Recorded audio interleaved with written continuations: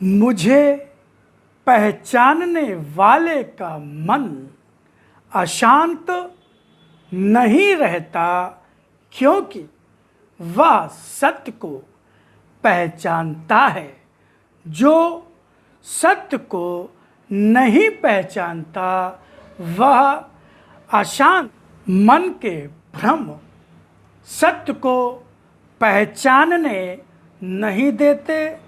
इसलिए सत्य असत्य जैसा जब लगता है तब मन ही सोचता है कि ऐसा होना चाहिए या नहीं होना चाहिए, और जब इच्छानुसार वह नहीं दिखाई देता तब चिंता या भय होता है।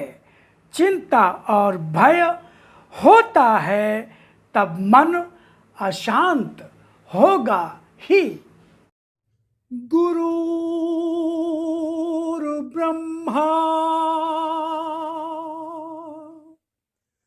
गुरुर्विष्णु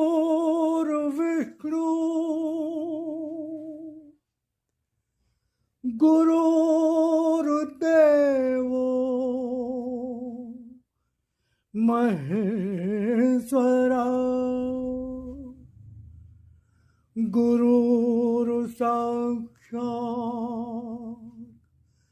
परब्रह्म तस्मै श्री गुरुवे नमः।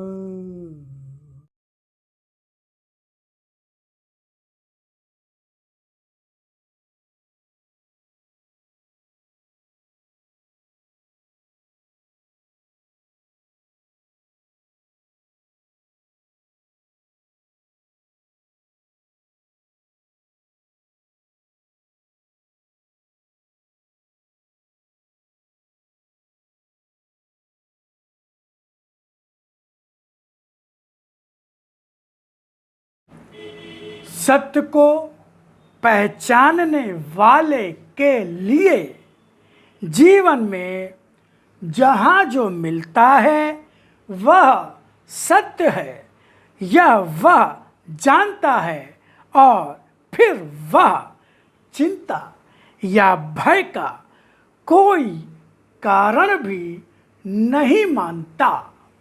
संसार में जो हो रहा है या तुम्हारे अपने जीवन में जो हो रहा है वह सत्य का धर्म है। न्याय तो सत्य का धार्मिक अनुष्ठान है। इस धार्मिक अनुष्ठान की विधियों को पूरा न करूं तब मेरा सत्य रूप सत्य नहीं असत्य होगा। तुमने अपने संसार में अपनी पूजा की कुछ विधियां निर्धारित की।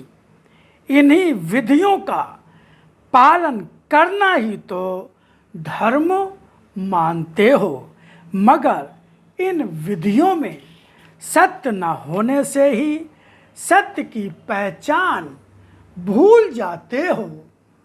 धर्म का पालन करने के लिए मनुष्य के पास न्याय ही केवल विधि है, और न्याय जब भी जहाँ होता है उस न्याय में ही मुझे अर्थात सत्य को पहचानो। यह संसार बहुत बड़ा न्यायालय है। यहाँ तुम्हारा जन्म होने का कारण भी तो यही है कि तुम्हारे कर्मों का न्याय होना ही है। इस न्यायालय के कर्मचारी मेरे भक्त होते हैं, जो धरती पर जन्म लेकर भी अपने कर्मों का न्याय पाने नहीं आते। न्यायाधीश की कुर्सी पर बैठने वाला न्यायाधीश भी अपना न्याय करवाने नहीं आता, न्याय करने आता है। इसी तरह वह युग जो मेरे अवतरण का होता है, न्याय करने का युग होता है।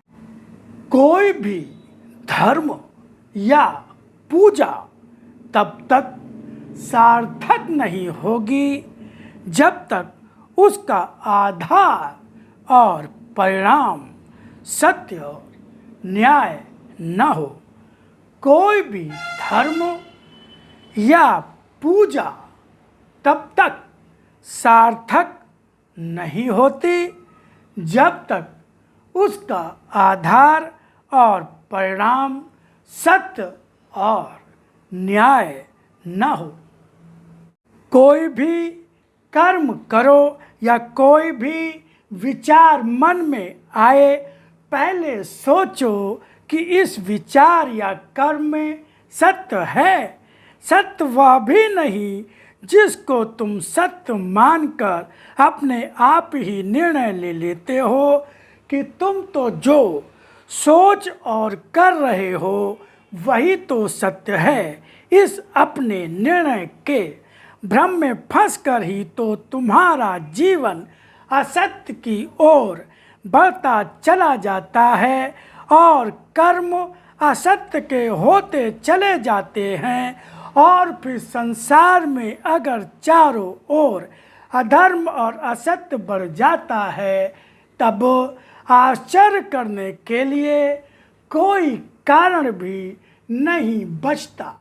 बच्चे कक्षा में अपने शिक्षकों से कुछ भी शिक्षा पाते हैं, मगर जो अपनी बुद्धि में समझ में आता है वही परीक्षा में लिख आते हैं।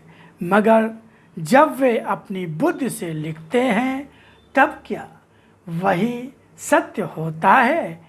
और अपनी बुद्धि के आधार पर सही गलत कुछ भी लिख देने से क्या पास हो जाते हैं?